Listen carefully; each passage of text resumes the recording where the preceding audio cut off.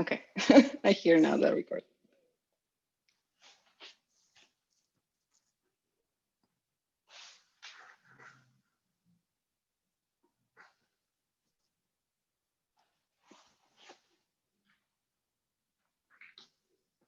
Okay, we'll get started in maybe one more minute, but I'd like to just quickly before we get started, just talk about what the rest of the year's schedule looks like. So this week obviously is Pamela. Next weekend we're going to have Jonathan present. Then the week after that, Joe Steinberg. So it's a bit of a Toronto heavy few weeks. The 12th of November is going to be the first of our PhD workshops. We'll have three PhD students presenting. We'll send more details about that a bit later. That event's co-sponsored with the Federal Reserve Bank of Philadelphia. Then November 19th, Dorian Fitzgerald will be presenting. December 3rd, Ricardo Reyes-Heroles. December 10th will be our second virtual PhD workshop.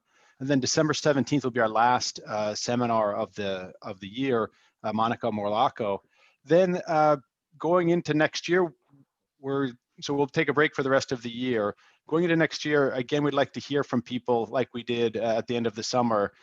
If there's interest, if they'd be interested, maybe we went to a different format, maybe every other week, or maybe a small, 4-paper conference once a month, or who knows. I know that now there's a lot more, there are a lot more seminars out there. We're all running seminars probably within our own universities too. So if anybody wants to send us an email, you can send it to me or to George or Jonathan or Sam, letting us know what you think. That would be useful as we figure out whether or how we should go forward from there.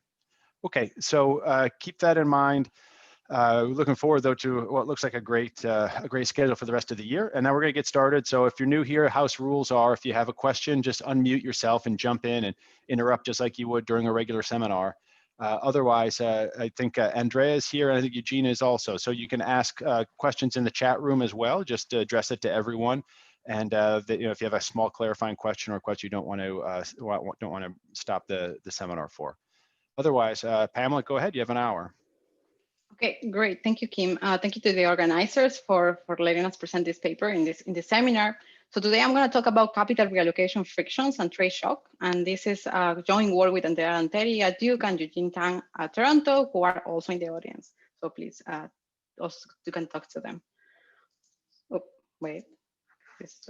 Okay, so what are the effects of trade liberalization on domestic production? This is a key economic and policy question that has received lots of attention in the literature. And in particular, in the trade literature, there is a consensus that trade will lead to long-run productivity and welfare gains that are coming from the reallocation of factors as well as selection of firms in the market. We much less though about how long it's going to take economy in order to get to these long-run productivity gains, and how the short and medium run, the transitional dynamics, are going to look like, are going to be different or not.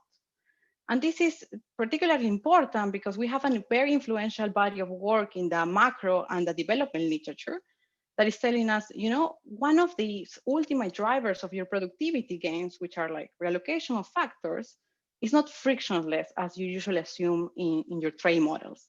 And in fact, there is pervasive evidence of frictions in capital reallocation.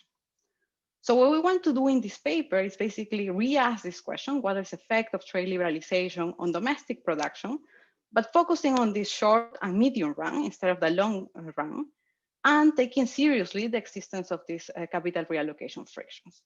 And we want to focus on two things. Particularly, we want to think about how long is it going to take an economy to get to the new long-run steady state. So, and look at the firm dynamics in the transition, and in particularly focus on aggregate productivity. Okay.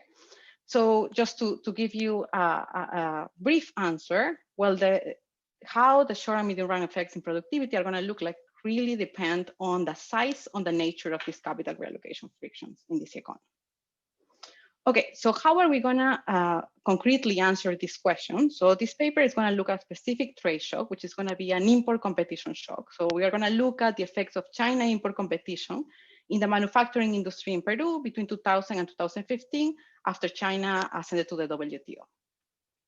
And this is gonna be a particularly nice setup for us because first, you should think about this shock to the manufacturing industry in Peru as a negative profitability shock. Okay, so mostly China sent final goods to Peru, and what it didn't represent an increase in market size for Peruvian manufacturing. Peru basically gave back to China commodities. And the second thing what is going to be neat is that we are going to talk about capital irreversibility, and we're going to have really nice data on capital for these Peruvian firms. So what are we going to do? We're going to do two things in the paper, which is going to be also the outline of my talk. So the first part, I'm going to try to convince you about two things. The first thing is that I want to show you some stylized facts that are all consistent of the existence of partial investment irreversibility in this economy. So I want to convince you that these frictions exist in this economy and they are relevant. And the second thing that I want to do is you can tell me, okay, but they exist, but do they matter for trade? And our answer is going to be yes. So we are going to show you two margins in which these frictions shape firm responses to trade shocks, such as import competition. And once you are here all convinced that these frictions exist and they are important, we're going to introduce them in a general equilibrium model of firm dynamics to understand, to look at the transitional dynamics after an import competition shock, and to be able to answer the question that I posted in the last slide. So two things you should get from this presentation. What happens with, how long does it take an economy in order to get these aggregate productivity gains? Well, a long time. We're gonna be talking more than a decade in order to get to the new steady state. So this is very sizable. And how that transition looks like relative to the long run productivity gains, well, different. And in terms of productivity, which is our key variable of interest here, actually productivity gains really materialize slowly on the transition. So this adjustment is very sluggish. And just to give you a number, short run productivity gains are half of long run productivity gains. So really, really this takes some time. However, we are gonna talk a little bit about welfare gains. Welfare gains for consumers are gonna manifest very quickly in the transition. And this is sort of interesting to have these two different effects. Okay, so this is the gist of the paper.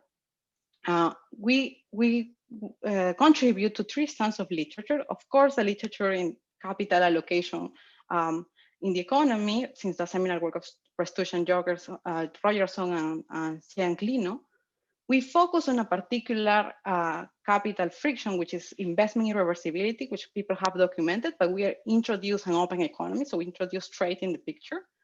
And of course, we talk about the literature about trade and reallocation, which a lot of people here in the audience have extensively contributed. But they have focused mostly on frictions, for instance, in the labor market, looking at the transition after that, or transitions when we have frictions that prevent firms to expand. So I think our paper fits nicely here and extends this literature because we're thinking and we want to highlight that we also should pay attention of frictions that prevent firms to downsize in the event of negative profitability. Okay, great. So okay, as I said before, what I'm gonna do here is first, my empirical part, convince you that these frictions exist, they shape firm responses to trade shock, and then we're gonna go to the model and the quantitative results. Okay, so for the empirics, let me just spend one slide in the data and tell you how are we measuring things. So we're gonna be using data from the Encuesta Económica Anual in Peru. So we have annual frequency between 2000 and 2015. We have approximately 1,500 firms per year. A lot of the things that we're gonna measure are within an industry. So we're gonna focus on the 6 largest industries in Peru. So we have food, textiles, apparel, printing, chemical, and machinery not elsewhere classified. This is a survey that it's a typical firm level manufacturing survey. So it has information about value added, employment, capital stock. With those, we are going to be able to measure revenue productivity, as well as marginal revenue product of capital, which is going to be our object of analysis. This is going to have also a nice thing about capital stock in the sense that it's going to allow us to see 8 broad categories of capital stock that firm has. So we have composition of capital stock at the firm level, such as land, buildings, machinery and equipment, computing things, transportation units, and we're going to be able to leverage the composition in our empirical analysis. We are going to be focusing also on selection. So this survey, it's a census for medium and large firms, but for small firms, it's a sample. So we need to correct these exit rates. So for that, we're going to bring a second source of data, which is the firm registry in Peru, which has legal dates of operation of all the firms that are operating in the economy. So we're going to correct the survival and the exit rates of these small firms using this registry. And finally, we're going to use, for trade data, we're going to use just bilateral trade flows from UN Comtrade, either from China to Peru or from China to other countries that are similar to Peru to instrument our trade shocks. Okay, great. So now to the method empirical part. So the first thing that I want you to get, we are going to show you 3 stylized facts that hopefully convince you that these frictions in the economy exist and are very, very pervasive.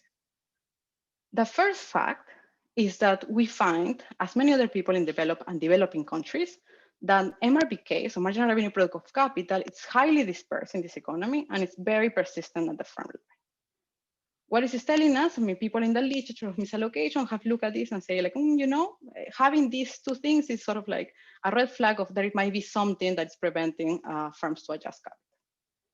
But we want to go a little bit far beyond because we don't think that this is actually sufficient statistic to look at this. So we have fact 2, which is new to our paper, and we're going to use the dynamic properties of the distribution of marginal revenue product of capital in order to be able to understand what are the underlying frictions for capital in this economy. So how are we going to do this? We're going to show you a concept that we call marginal product of capital mobility, and this is coming from the social mobility literature. What you see in this slide is a transition matrix of the distribution of marginal product of capital. So what we do is we have this dispersed distribution, and we divide it into terciles. And what you see in every cell of this transition is the probability, for instance, if I am a firm and I was on the left side of the distribution in tercile 1, how likely I am to be on that left side at time t plus 1. Okay, so that's how you read this matrix. And 2 things you should get from this matrix. Well, the first is that all the elements in the diagonal are very high, are much higher than every other element. This is just telling you fact 1, which is marginal revenue product of capital is very persistent at the firm level. But the second thing, which is our new fact, is that this persistence is asymmetric. And in particular, low marginal product of capital guys are more persistent, or this side of the distribution is much more persistent than the right side of the distribution. And you might ask, but why do we care? And so we think that this asymmetry is actually a good suggestive evidence of investment irreversibility. And the intuition is the following. So think about you have your distribution, right? So think about firms in the right tail of the distribution, firms that are high marginal product of capital. So you observe a firm that in time t, and you observe that at time t plus 1, the same firm still on the right tail of the distribution. And you observe not only one firm, but a mass of firms still on that right side of the distribution. So that side is very persistent. So just in the simplest term, in the absence of any productivity shock, if you observe a mass of firms that are persistently on the right side of the distribution, right tail, then what you will think is, okay, so these firms are high marginal product of capital. They will want to acquire capital in order to revert to the mean. If they are still on the right side of the distribution, absent any productivity shock, then there is something that is preventing these firms to acquire capital. So for instance, financial friction. On the contrary, if you see a persistence, a mass of firms that is persistently on the left tail of the distribution, absent any productivity shock, well, you say, okay, so these firms have low marginal product of capital. What they will want to do is they will want to disinvest. They are too large for their productivity. But then there is something that is preventing these firms to downsize. For instance, capital reversibility friction. Are these annual? Yeah, so what we have done is basically we have the mean marginal revenue product of capital at the industry and year level. And this is the pool version of all the years in our data. But the periods are years. Yes, exactly. So this matrix having that higher persistence on the left tail, what according to the intuition that I just described is telling you that, oh, you know what, it might be first order in this economy, it's friction that preventing firms to downsize. And then here you might tell me, Pamela, but there are so many things that could be happening in this transition matrix. And the point that we want to make here is that this is actually informative of the capital behavior of firms. And how do we know this? So what I'm showing you here now, it's the growth rate of capital for firms that are in the low tercile, so low marginal product of capital firms, and for firms that are in the third tercile, so high marginal product of capital guys. Okay. So let's look at the red dashed line. So that's high marginal product of capital firms. These firms should be, in order to revert to the mean, should be increasing their capital stock. And what are they doing? They are doing that. There is a positive and significant mass on this growth rate of capital. On the contrary, you see the blue solid line. So these firms are in the left tail. They want to downsize, but what we see there, it's a spike on 0. So these firms are not downsizing, are not doing anything. Okay. So this matrix is, comparing this asymmetry with the actual behavior in terms of capital accumulation of these firms, this matrix is indeed informative of this. There is something that is preventing these firms to downsize. And the third fact that we want to highlight for you to finish being fully convinced that these frictions are important. So what I'm showing you here, it's a heat map of the probability of survival of a firm that depends on productivity on the y-axis and capital stock on the x-axis. Okay. So we have the usual effect of like a Merrill's or Hoppingham model, conditional on capital stock. Firms with higher productivity have a higher probability of survival. Okay, so that's nothing new. But we also find that conditional on productivity, capital stock matters. So capital helps predict survival, and firms that have a higher capital stock are more likely to survive. And this is again consistent with the fact that if you have irreversibility, having a larger capital stock, you have an also higher option value of sticking around in the hopes of a positive productivity shock. Okay, so these three things are all consistent with the existence of these capital reversibility frictions. We have done a couple of other things. I'm just going to mention them briefly, trying to leverage the richness of the data in terms of like the composition of capital that we have. Because you might say, okay, is this attached to physical capital reversibility? So what we have done is say, okay, we have the composition of capital at the firm level, and we know that different types of capital have different depreciation rates. So we are able to construct a firm level depreciation rates, taking into account that different firms have different composition of capital. And why do we think that this is informative? Because so if you have a friction that prevents you to downsize, another way that you can downsize is just letting your capital depreciate, right? So think about the case of a firm that has a bundle, capital stock that depreciates very fast. I mean, I don't know, that has only cell phones, depreciates super fast. Well, for that firm, it doesn't matter that much the existence of capital reversibility because they can just let their capital depreciate.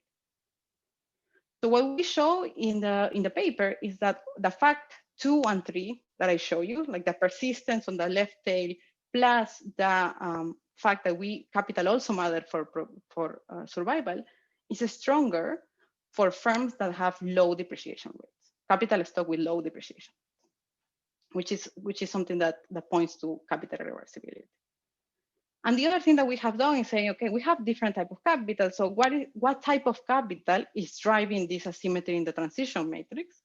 And we found that this high transition on the left side, it's coming from the fixed installation of machinery, as opposed to, for instance, computers, we don't, or transportation units, we don't find any asymmetry on the left.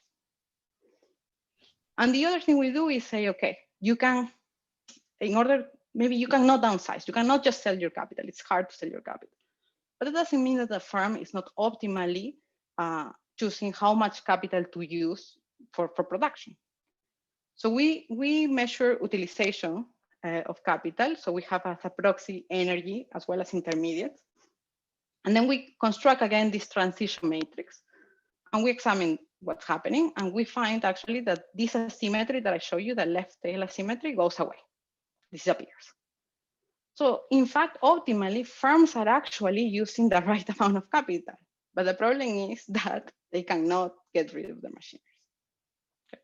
So these two things, I'm not going to talk much more about this, but also are suggestive evidence that points out that in this economy, capital reversibility is first order. Okay, so this is to convince you that now you hopefully you are thinking, yes, it's hard to just resell my capital, but does it matter for trade, which is our ultimate objective. And what we're going to do to test does it matter for trade, we're going to construct a trade shock in a very standard way. So we are going to have an import penetration shock. But a little bit more than that, we want a shock that, because China basically, has entered and they had like a huge positive trend. So we're going to get deviations from trend. As we're going to take deviations from this import penetration trend as our trade shock, trying to emulate like some unexpected profitability shock. And we're going to instrument as Otterton and Hanson. So it's a very standard way. And what we're going to look at is how firms respond to this trade shock in the two margins that drive productivity growth, which are selection and reallocation. Okay. So let me show you the margin of selection. So what you're seeing here is, remember that heat map that I showed you before? So this is just one of the lines of that heat map, or this ISO probability. So you have here productivity again on the y-axis and capital stock on the x-axis. The solid line is the ISO probability of 50% survival chance. And then we shock the economy increasing one standard deviation of this threshold. And what we see is that there is a shift upwards of this threshold of survival. On one side, you have firms that are not very productive. So firms that are like here. If you have firms that are there in that part of the distribution, they are less likely to survive, which is akin to like our model, Melik's model. Less productive firms will leave the market. But also, you get that could be the case that firms that are very productive but hold not much capital stock are also more likely to survive. More likely to exit now. So then you have, here you have the natural selection effect, which increases our average productivity because you have like a less productive leaving the market. But you potentially have an opposing effect that could slow down the responses in the short run. Okay, so this is one reason why we think that we need to incorporate this to understand productivity dynamics. And the second reason, which is in the pre-allocation margin, is that what we see is that, okay, does conditional on survival, does this trade shock induces reallocation? And our answer is going to be not much. And that's like the other way of the other source of productivity gains. What we find is that actually this import competition shock increases the inaction region. Okay, there is a little bit of movement on the negative investment. So firms are a little bit like downsizing a little bit, but this was very, very small to begin with. But what it's more interesting is that what happened is that this negative profitability shock, it's making firms that were supposed to do positive investment and now are refraining to do so. Okay, so that's the main driver of this increase in the inaction rate. So this, again, in terms of reallocation, we don't see that much reallocation. So these two things, both in the selection margin and the reallocation margin, you could think that are important for the short and medium run responses. This is just for the industries that are being hit with the shock. What happens in the other industries? Okay, so I should have mentioned how. So with this shock, we have a shock for every 4-digit industry, manufacturing industry in Peru, and the variation that we're exploring is the different intensity of this shock across industries. So here we have industries that have not been really shocked much, and industries that have been shocked intensively by China. So how does the reallocation across industries show up? There must be some industries that Peru Peru gained from the shock, right? They're going to move into some different industries. I mean, I guess you said like mining. Yes, this is all manufacturing. We are not here. We're not looking at reallocation. So do we see a lot of positive investment in mining? Just in general, I mean, there must be some reallocation that's going on someplace. I'm just yes. So we don't have the data to do that, but anecdotally, now I have another project in mining, so it's good that you asked. So yes, mining has, but I mean, this could be, we haven't checked through vis-a-vis the China shock, but mining during this period in the 2000 booms, and the mining exports to China are booming. So potentially there is a reallocation there. We are not gonna study this margin because, as you will see in a few slides, we're not gonna have reallocation of capital to these sectors, but that's a margin we want to explore. Okay.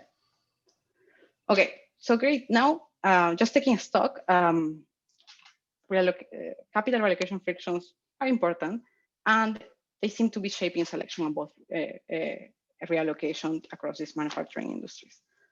So we're going to now take this friction and introduce them in a general equilibrium model, because what we're interested in is to fully characterize the dynamics. Yes. Sorry, one more interruption. Just so maybe I missed it, but the timing of these changes in action, they come after the shock or before the shock? I mean, so in some sense, like we knew China was gonna grow fast, and we knew China was gonna get access to, be part of the WTO at some point, and the textiles, that's particularly important because of the quotas, and so I would expect to see some anticipatory effects. Are you somehow controlling for those, or not looking at them? So we are not looking directly to these anticipatory effects. That is super interesting, and I have some thoughts about that. But the way that we are trying to deal with that, with the fact that we have this, we knew that the trend was going to be like super positive, is that the way that we construct this import penetration shock is not the import penetration of China that we know that it has like a trend during our period, is the deviations at the 4-digit industry level from the trend of the 2-digit industry that the 4 industry belongs to. So for instance, like we have a 40-digit industry could be, I'm just gonna, wheels of a car. So, and then there is the 2-digit industry will be automobiles, which Peru actually doesn't produce, but automobiles. So we know that the trend for automobiles was going up. So we are it's particular how much the wheel industry is deviating from the trend in the automobile industry. We're trying to capture unexpected, so that it was going up, but unexpected extra negative competition effects. So that's the way we're trying to deal with that. Just because, I guess just because it goes up at a rate different than trend doesn't mean that it wasn't completely expected, right? Like you sort of know, like, I mean, with the WTO and GATT, you kind of know when trade barriers are going to change, and so that's always going to show up as a shock that's going to increase, even though it was increased trade, even though it was fully anticipated. Yeah, here we're making the underlying assumption that that you were not able to forecast speed of this increase. But yes, that's fine. This is just some correlation that you're looking at. Exactly. But so these two things about the selection as well as this reallocation friction. So these are, I'm gonna go back to them when we look at the model, because so even though, I mean, we're exploiting different variation of an import competition shock. What we're gonna see in the model, and we thought that it was great, is that we can actually reproduce this trend up to even the quantitative like effects. But I'm gonna come back to that. Okay, so we're going to one quick question. So this is like dynamics of the accumulation of capital, but what if you look at static, like just market shares? Do you see a lot of action? A lot of reallocation? I'm thinking there are other inputs that can move maybe more quickly, like labor. Okay, Yeah. so we don't see this effect on like inaction on labor. Actually, we haven't included much of labor in the paper, because at the beginning we also check whether we have a differentiated effect on labor when you have this profitability shock. So we have looked at the transition matrix of the marginal product of labor, and this matrix is persistent, so there is some friction there, but it's also very symmetric. So and the dispersion that we find in the marginal product of labor, it's way smaller than we have in capital. So labor to us was not that first order. Then we have done the same regressions that I showed you before, the inaction or like the movement of labor. We don't see. So here we see inaction. In labor, we actually see some labor reallocation. I see. So if I just look at the the data changes in labor, like the histogram of those changes versus the histogram of changes in capital. Yes. I would also expect, in some sense, some like it's less frequent to downsize in labor than to increase. But you're saying it's stronger on capital, and that's why you focus. Yes, exactly. And then I'm going to come back that also in the model, because I have something to say about how the model thinks about labor, even though we don't have any friction in labor as well. Yes, exactly. Okay. So we have, what are the key ingredients of the model? So we are going to have a representative household that likes consumption and dislike labor. We're going to have varieties of consumption goods, empty varieties that are offered domestically. And when we have China, basically, how we're going to introduce China is through the new mass of varieties, foreign varieties in this economy. Okay, so we have a CS demand structure. And all these characterizations are basically the same that we use when we measure this marginal revenue product of capital in our empirical part. So it's consistent. We're going to have heterogeneous manufacturing firms that compete, that have monopolistic competition. And we are going to have idiosyncratic productivity shocks, fixed continuation costs, fixed entry costs. And because we are very interested on this margin of selection, we have endogenous entry and exit. And of course, we are going to introduce partial investment irreversibility in this model. We're going to have an additional sector, the outside good, the export sector, think about commodities in Peru, that produces output using only labor. So we are not, as George pointed, we are not in the model, we're not going to be able to look at this reallocation across these two sectors. We don't have capital in this one. Okay, so firms. How do firms produce? So we have firms have some idiosyncratic productivity shock. They produce in a Cobb-Douglas fashion using capital and labor. We have a capital accumulation rule that it's very standard. So we have 1 period time to build. And how do we introduce capital irreversibility? We do that in 2 ways. So the first way is that we do it in the intensive margin. So when firms decide to invest, they will pay a price for capital Q. But when a firm decides to disinvest, they are not going to recover the full price of capital. They are going to have this, they're going to receive this little q, which is smaller than capital Q. Okay, so that's in the intensive margin how we introduce it. And in the extensive margin, we're going to introduce capital irreversibility, because if a firm decides to exit, they are going to recover only the scrap value of their depreciated capital. So we're going to have this CASAI here, which is going to act as a liquidation cost, okay, on top of the little q that you receive. Okay, so this is how capital irreversibility enters into our model. Labor, it's completely frictionless. So we are going to have labor as a static choice. There's going to be choosing maximizing static profits. So we're going to have, in the dynamic part, we're going to have incumbents, right, that if they decide to continue, what it's going to be their value function. So they're going to receive their profits today minus their fixed continuation costs, the investment decision that they decide to make, either investment or disinvestment, plus the future extreme value of their expected future extreme value. If a firm decides to exit, then they get their profits today, and then they get this scrap value of their depreciated capital. course, these incumbents, they have to make the decision between continuing or exiting the market. And then we're going to have also a constant mass of potential entrants that they have some fixed entry costs. And these guys are going to basically decide to enter or not, whether they have to make an initial investment in capital to produce, plus the expected value of expected stream of value. And they have to be higher than their fixed entry cost ex ante. Okay, so that's the gist of the model. What is our equilibrium? It's a set of consumption, household consumption, labor supply, farm decisions, demand, investment, entry and exit, commodities, labor demand and output, and manufacturing prices, such that we have labor market clear, market for each variety clear, and we're going to have trade balance. And I forgot to mention in the model, but so what is our trade balance? So we are going to have, we're going to assume that, and this is akin to the Peruvian economy, most of the capital, it's imported. So we're going to assume that capital is imported. And when we add China to the mix, also the consumption goods are going to be imported. And what is exported? These export commodities. That's going to be our trade balance condition.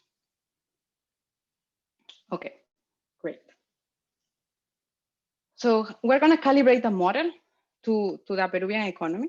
We're going to take some parameters from the data, like the discount factor Pamela, and the elasticity of just one other quick question. So there was no export decision in the model.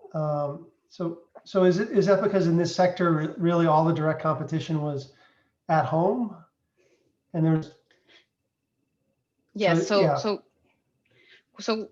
two things. We don't see. We see that this reallocation wasn't that much within sectors. I mean, anecdotally, was more across these manufacturing sectors. And the other thing, so for instance, we have like one case, which is a previous work of mine, where we have this in apparel, these export decisions when we have still investment irreversibility, and we see still what you can show is that this actually will go in the same direction of our results, of the ones that I'm going to show you in a bit, and they will actually be stronger. So without exports, you might think that what we are showing you here, it's sort of like just a lower bound of the potential dynamics. But once I go to the, when we see the aggregate dynamics, I'm going to point you to what happened, at least in the case of apparel, which we see some exporting. But in the other industries, we don't see that within industry reallocation to exports. Okay. Pamela, I have a question. Yes. Who in this economy is gonna purchase basically I wonder the capital market, you know, once you resell that, who will be the one who's gonna absorb the resold capital in Peru here? So the households are like the owners of the firms, so they will get they are the owners of the firm, and the capital sales are going to be reflected on that profit that household receive. This is like there's the budget constraint.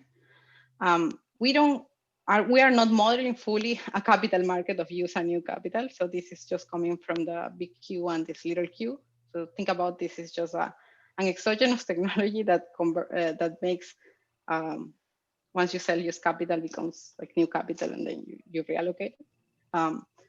We can introduce that. This is, for instance, the work of Andrea, where we have full capital markets and we have used capital and new capital, which will make endogenize this little q, and you can see the whole dynamics. The reason we don't go there is because you need like data on secondary markets in order to pin down these parameters. But in the intuition, and I will point that out also in the rest of the talk, if you have these endogenous capital markets, everything will be also exacerbated, and I will tell you why. Okay. And just clarifying, you were just talking about, is there any imported capital? Yes, all new capital is imported in this model. Okay, but then when you think about the China shock, does that also include imported capital or not? No. So it's only consumption goods. You're getting ahead of like all my speech, but no, it's only going to incorporate consumption goods, and then also let me just defer that question when I show you how we think about the shock and what it will imply that we also allow the China shock being on not only consumption goods but also on capital goods. Okay. So, Pamela, potentially the firms import the capital at price big Q, a price big Q, yes. and then when they disinvest, they export it at price little q. They don't export it. They sell it to other domestic firms at price little q. But the other firms end up paying big Q still. Yes, yes. This is like just like the wedge, like the exogenous way of like, yes, exactly, of introducing a capital market, but not fully developing a capital market for use. Yes, exactly. Okay, so we calibrate this model. I have two questions that I need to attend later, but okay, we calibrate this model with a couple of things from the literature, a couple of things from the data, which is our capital share, and this depreciation rate, the median depreciation rate that we calculate for all the firms in our economy. And then every other parameter, we calculate them jointly, like the productivity parameters, in particular, our reversibility parameters and the fixed costs. And what identify our wedge between little q and big Q, as well as our liquidation parameter. So for the wedge, we're going to use something, one moment that the literature on capital irreversibility has used extensively, which is the frequency of negative investment, which it's pretty low. In our data is 11. And this has been taken as like a measure or the sufficient statistic of negative investment. So we're going to take that. And then for the liquidation parameter, we're going to have the slope of the exit thresholds that I showed you before. Okay. We're not going to use the transition matrix that I showed you, but we're going to take them as objects that hopefully our model can replicate. Okay. So what I'm showing you here now, it's like the policy functions. So it's again in the same space, have productivity on the y-axis and capital on the x-axis. So the blue line is the exit threshold. As we have in the empirical specification, we have a downward sloping exit threshold. So this is great. I mean, it matches what we see in the data. We have the disinvestment threshold and the investment threshold. So everybody here invests and everybody here disinvests. And everything in between is the inaction region. Okay. But again, it's empirically consistent with what I showed you before. We also have done this for, let's say, just a Mellitz model with capital accumulation in one period of time to build. And what we find is the following. So what does it mean a Mellitz model with no capital reversibility? You have an exit threshold that only depends on productivity, right? And you only have an investment and disinvestment threshold, so there is no inaction. So already what I show you in the fact number 3 and the trade shock estimates is reject just having a Mellitz model capital accumulation. We need something more than that. And then we say, okay, how as our model does in terms of like standard deviations of marginal revenue product of capital, and in terms of this transition matrix, does it match or not? So these are untargeted moments. So our standard deviations of marginal revenue product of capital in our data is 1.47. We have 1.9 in our baseline model. But the frictionless model already delivers 1.09, which is it's pretty big, right? So this is just to tell you that these standard deviations of marginal revenue product of capital are not really a sufficient statistic to understand what is the friction underlying. What we think that it's really cool is like, look at the two transition matrix here. The first, that one in the top is from our baseline model. So as you can see, we can deliver with this left tail asymmetry. It's not right there. This is an untargeted moment, but we're pretty close, 2/3 closer than the frictionless model that doesn't have no persistence, and of course no asymmetric persistence. Okay, so this is good news for us. Okay, now the trade shock. How are we introducing trade? And trying to also speak to. Can I ask a good question? Yes. The process for productivity and the dynamic properties of that. Like, could you also get that asymmetry by saying, like, good shocks tend to are more persistent than bad shocks or something like this? Yes, you could do that. We have checked. So we did the same marginal revenue. We have done the same transition matrix for the process of productivity shock. And if something is actually asymmetric on the right. So it's a little bit more persistent on the right side. So productivity, it's not the one driving this effect, but it could be that you don't have any symmetry, but an asymmetric productivity shock. True. Okay, so how do we introduce a trade? So trade is only going to be in what I'm going to show you in terms of goods. Okay, so China is going to increase the mass of varieties that a Peruvian consumer can get. And what we're doing is that we have a one-time unexpected permanent increase of, we know that these varieties, because of our data, come half of the price of Peruvian options. So we know that they come in a lower price. And we know that at the end of the 2000, the import penetration of China in the manufacturing sector was 10%. So we use these two things, prices and import penetration, to target this changing mass of varieties. One thing that you should get from this picture is the length of the adjustment. So here you can see the transition, since we have the period one, the import penetration shock, up to we go to the long run steady state, it takes more than a decade. So this is already like huge and important if we want to think about responses to trade. How do the aggregate dynamics look like? So I'm going to start on the left panel showing you the price index. So we have an overshooting of prices, okay? And why is this coming? Well, you have China coming with already depressing the price index because of their low, the cheap goods.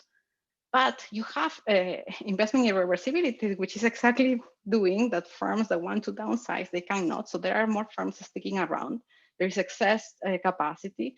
So the way that these firms, the optimal thing that they have to do in order to decrease that excess capacity is suppress prices even further.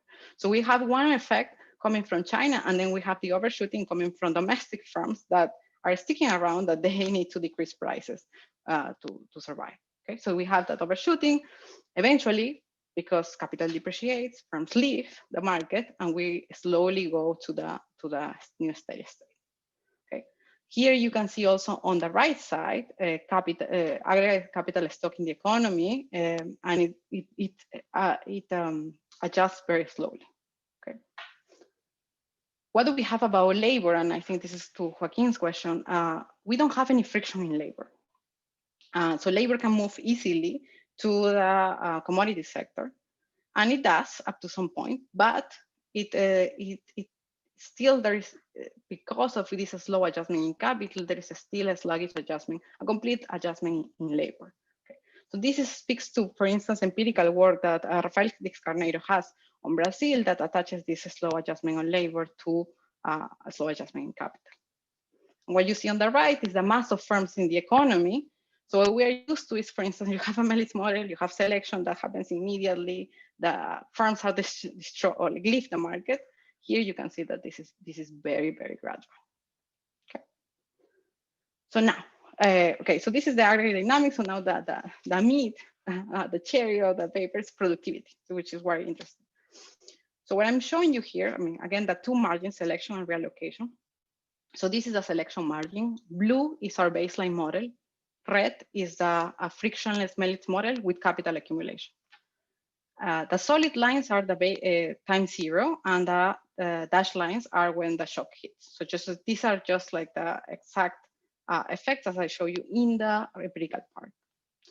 So what we see is that, yes, our model delivers the same thing that we saw in the empirical specification, which is there is an upward shift on the exit threshold. And quantitatively, it's actually a shift of 1% on the exit rate.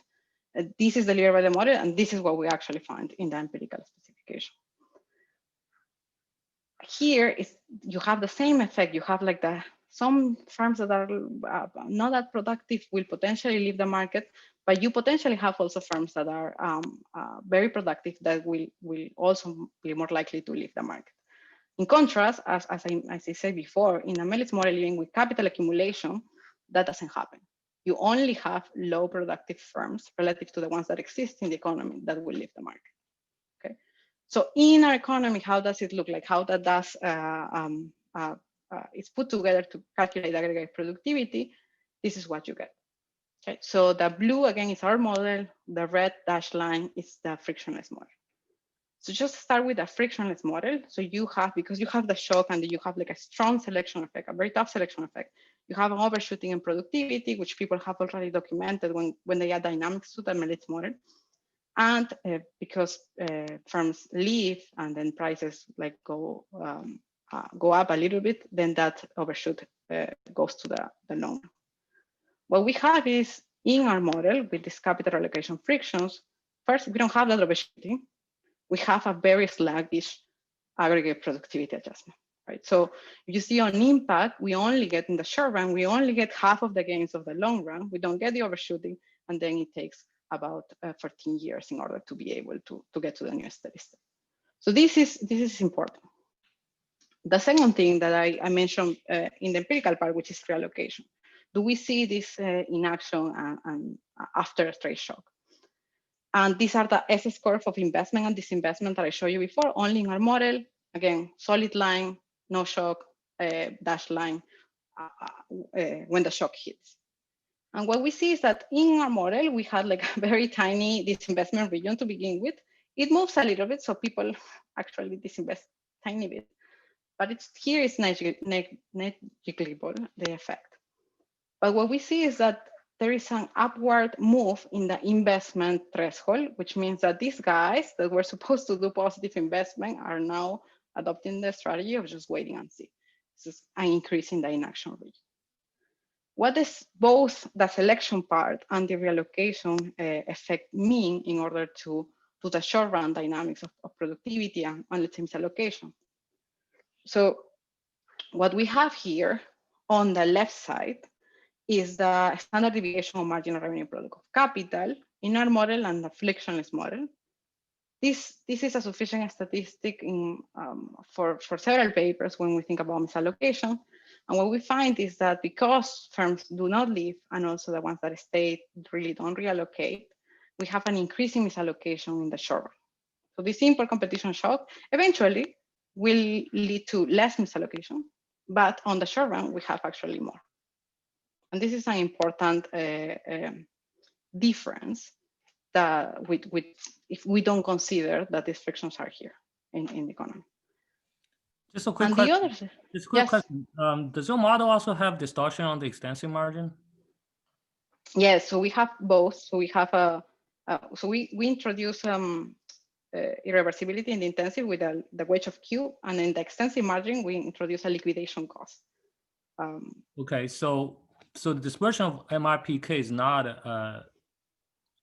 to some extent, not a sufficient. Is that a sufficient? No. No, it's not, right? No, yeah.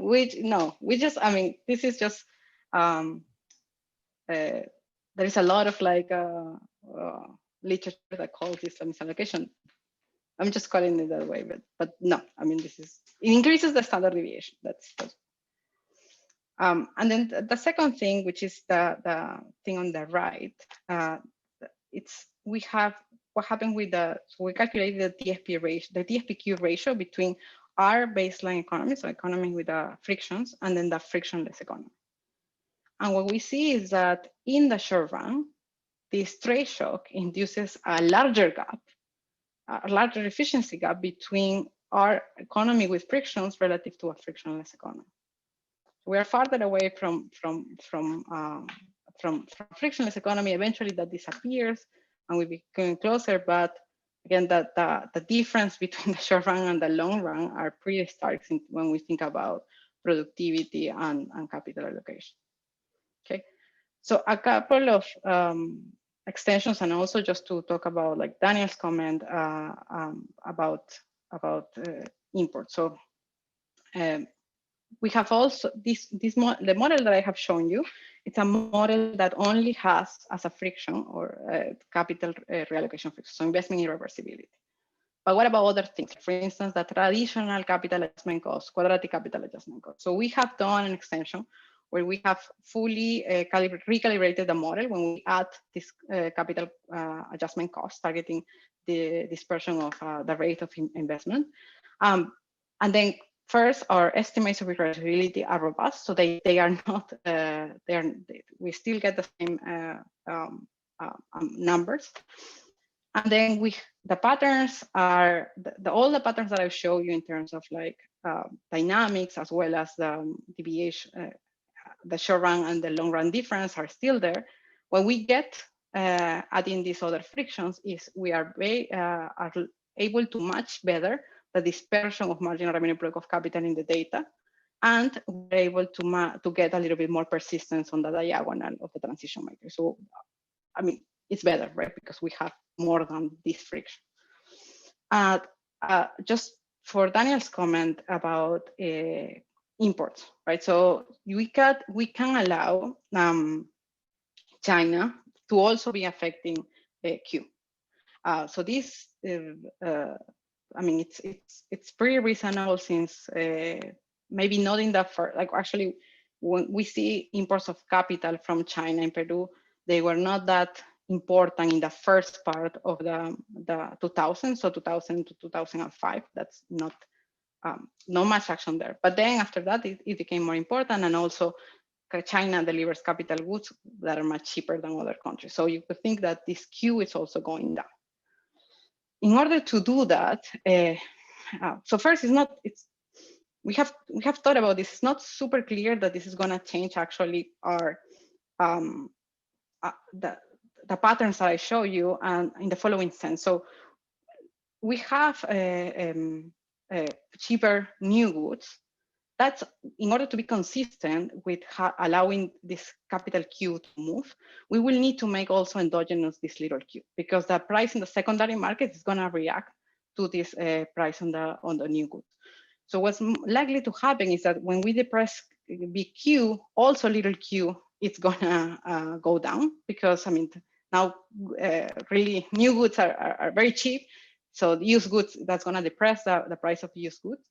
And then the wedge might be even larger. So actually, I think Andrea has a paper where they show that with using secondary market data, and the response of little q is even larger. So that irreversibility might become even more important if we allow that to happen. In any case, we have, because there has been some important things in terms of like China also enters with capital goods, China also enters with intermediates. All of this happens in the second part of our sample in Peru. So we have redo all our like empirical analysis that I showed you before, only thinking about like 2000, 2005, where this was not the case, and we find that the same pattern. So, but I mean, these are like interesting extensions to do. It's just that we need to endogenize the secondary market, and for that we need secondary market price data. But we think that this is just exacerbating our results. And I have like 2 minutes, so a little bit about like George exporting. So what I have found also in previous work, if we introduce exporting, so exporting is another margin of adjustment. So firms, what I have shown for, like, say, apparel industry, you receive the capital shock, you receive the import competition shock, you have capital reversibility. So one way to adjust is to move to your production to the export market. You still get, because in order to go to the export market, you need to depress your prices in the export market, and you will also need to depress still your prices in the domestic market. So this overshooting effect on prices, even when you allow the margin of exporting, is there. So again, we don't introduce exporting because that only happens for apparel, not for all of the other 5 industries that we're looking at. But the main patterns repeat. Okay, so in the last minute, I think I just want to conclude. So what we want to show you here is that capital reallocation is costly. It's costly to downsize your capital, and we show this empirically. MRPKs are very dispersed, persistent, and this is asymmetry in the dispersion, in the persistence. And selection does not depend only on productivity and capital, which is also important when we think about who stays in the market and aggregate productivity through that transition. So what we have done is to introduce that in a general equilibrium model to quantify the short and medium run effect of trade shock when we have this capital reallocation frictions.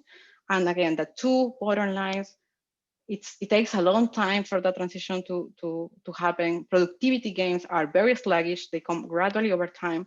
Welfare gains, in contrast, they emerge early in the transition. And that's another, like, we don't talk too much about it, but that's also like one thing that it's important if we think about gains of trade in terms of welfare. We need to account for those welfare gains. And that's everything I have for today. So it's 4, exactly. Okay, great. So we'll just open the floor up for questions. You can use the raise your hand feature if you like, or just unmute and jump in.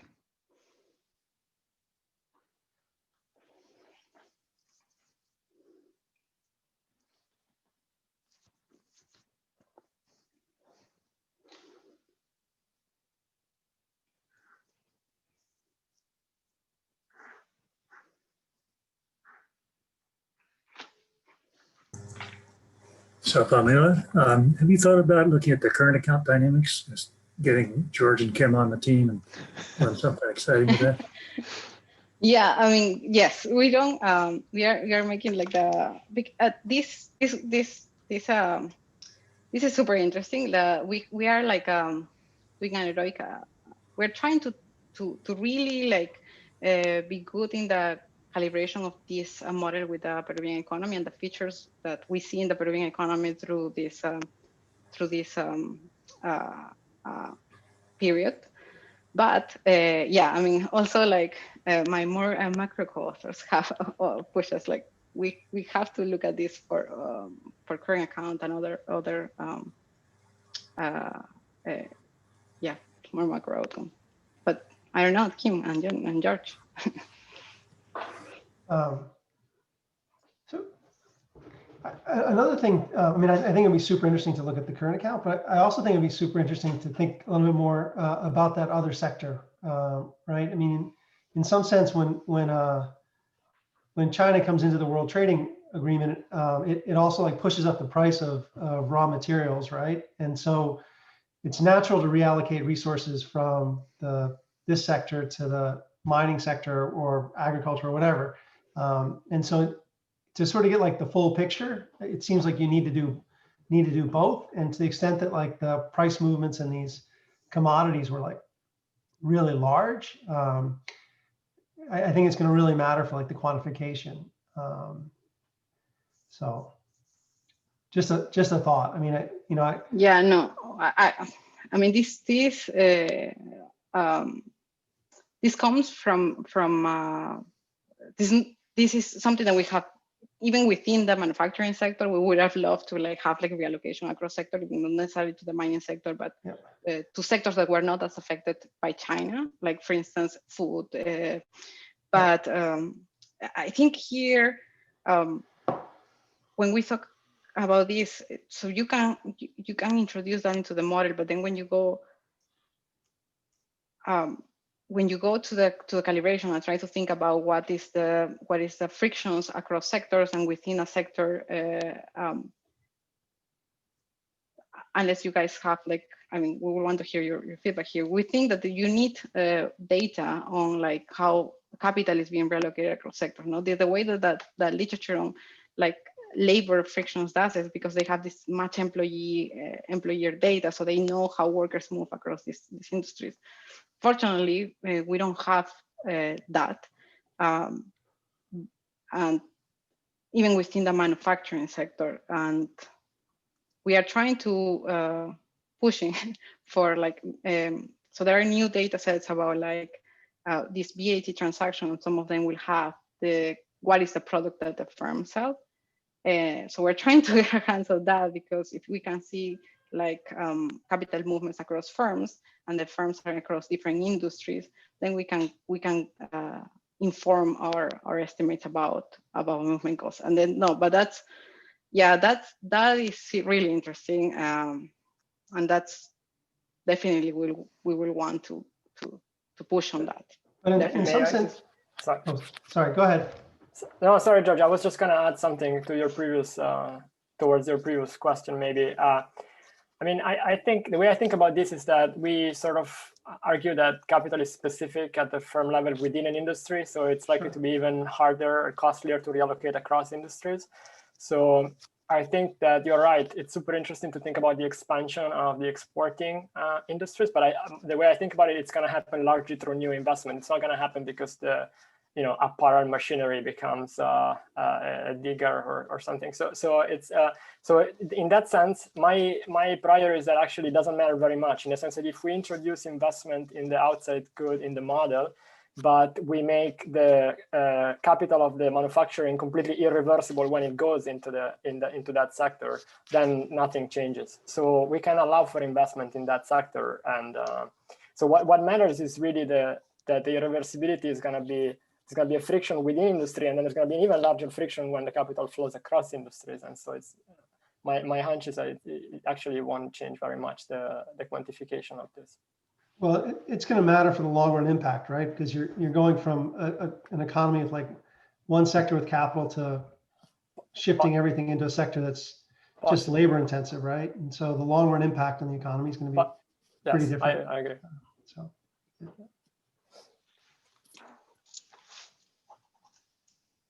Yeah. Pamela, I keep thinking about your job market paper, and this touches on George's point about the export sectors. But a big message of your job market paper were the raw materials, at least in apparel.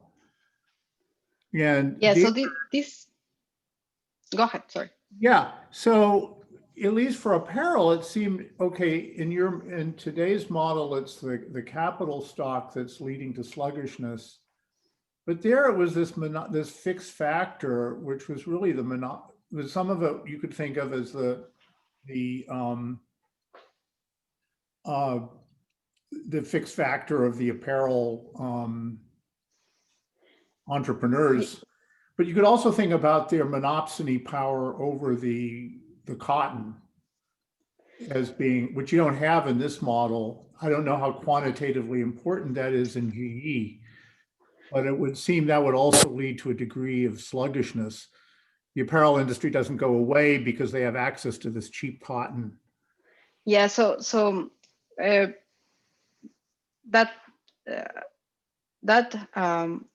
I have in my job market paper, it's this fixed factor, which was like this like the extreme version of this capital reversibility, thinking about capital. So sewing machines, you can use the same sewing machines to produce high quality and low quality good. In that case, that's why I said that we don't find that much export reallocation, especially in this case, because we have, for apparel, we have this particular comparative advantage material that firms can quickly source and then can quickly go to the export market. So that was key. Absent that, what you will see is these firms basically not necessarily going to the export market because you need to quality upgrade to do that, just staying in the domestic market as we saw in other apparel industries in South America, and having like the predictions that our model has. So that's what we are a little bit more like cautious on the exports and the export margin, because you need these sort of like particularities, which allows you to be able to quickly go to the export market, given that you have high quality materials.